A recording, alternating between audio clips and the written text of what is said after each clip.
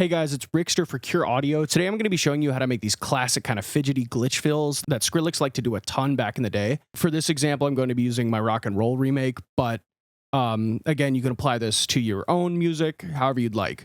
First, I'm going to show kind of how I went about making these, and then I can show a more kind of creative purpose to doing this.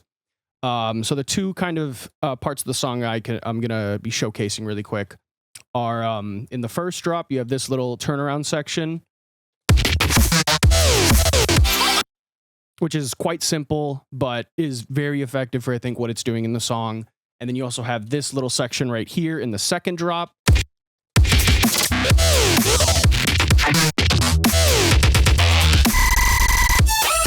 So yeah, let's just get right into it. So to start off, what you're going to want to do is you're going to want to take a section of your drop and the kind of main idea section of the drop, and you're going to want to resample it to audio as a new track, which you can see I've already done here.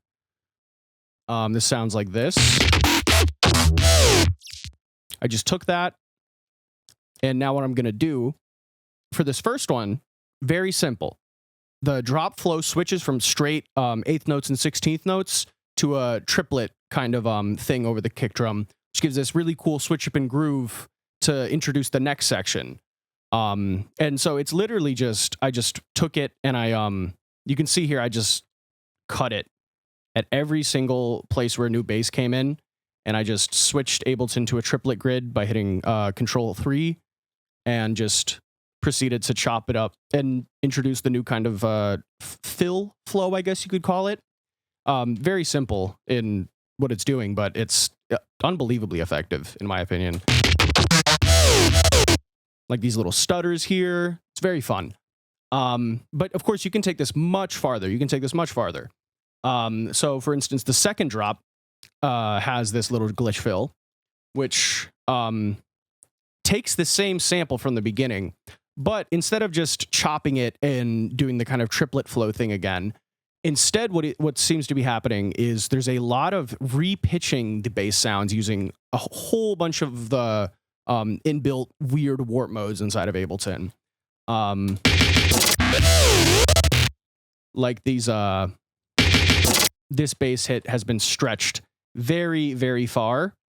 If I take it and I unwarp it, it sounds like, you know, you take that and you turn on complex and you just stretch it up to like 200 BPM. You get this very fuzzy kind of tone, and that's a really cool kind of juxtaposition for, you know, this kind of fill aspect. There's a whole bunch of like hocketing and interspersed stuff. There's this bass fill's pitched up really far, and then I took it and I froze it to audio by just hitting Control J, and I then like stuttered it. There's one here that's being stretched, pitched down with a the beats mode to get this kind of stuttering effect, and then cutting to a like hard cutting to for a split second to another sample that's pitched it somewhere else. And then just the normal bass sound, and then again doing that kind of chopping again, but this is much quicker. You know, you can really do this however you'd like. I think I did this section over here a little wrong, but I can kind of show how that effect is done. If I take this bass group, right, and you want to set it to the texture mode. In fact, you'd want to keep the BPM the same, set it to texture mode, turn the grain size and the flux all the way down, and then turn the pitch knob up very high. And you start kind of getting this real screechy sound going on. And then playing with the grain size, the flux. You know, you can get these very, very harsh and glitchy textures that I think are very fun.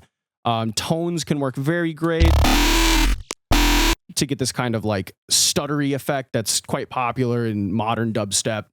You know, you can take these sounds and then like, let's say, you know, you do something kind of crazy to it and you're like, okay, I like how this sounds, but now I want to do something also cool, you know, and you can highlight the section like there. I think that sounds really cool. You hit Control J to consolidate it down to audio. And now you can take this part and now you can proceed to mess with this even more. So, you know, the possibilities are really endless when you're just working in audio. This is definitely a benefit to it in my eyes to render your basses out to audio, even if it's just for little cool fills and glitch elements. But I definitely recommend it.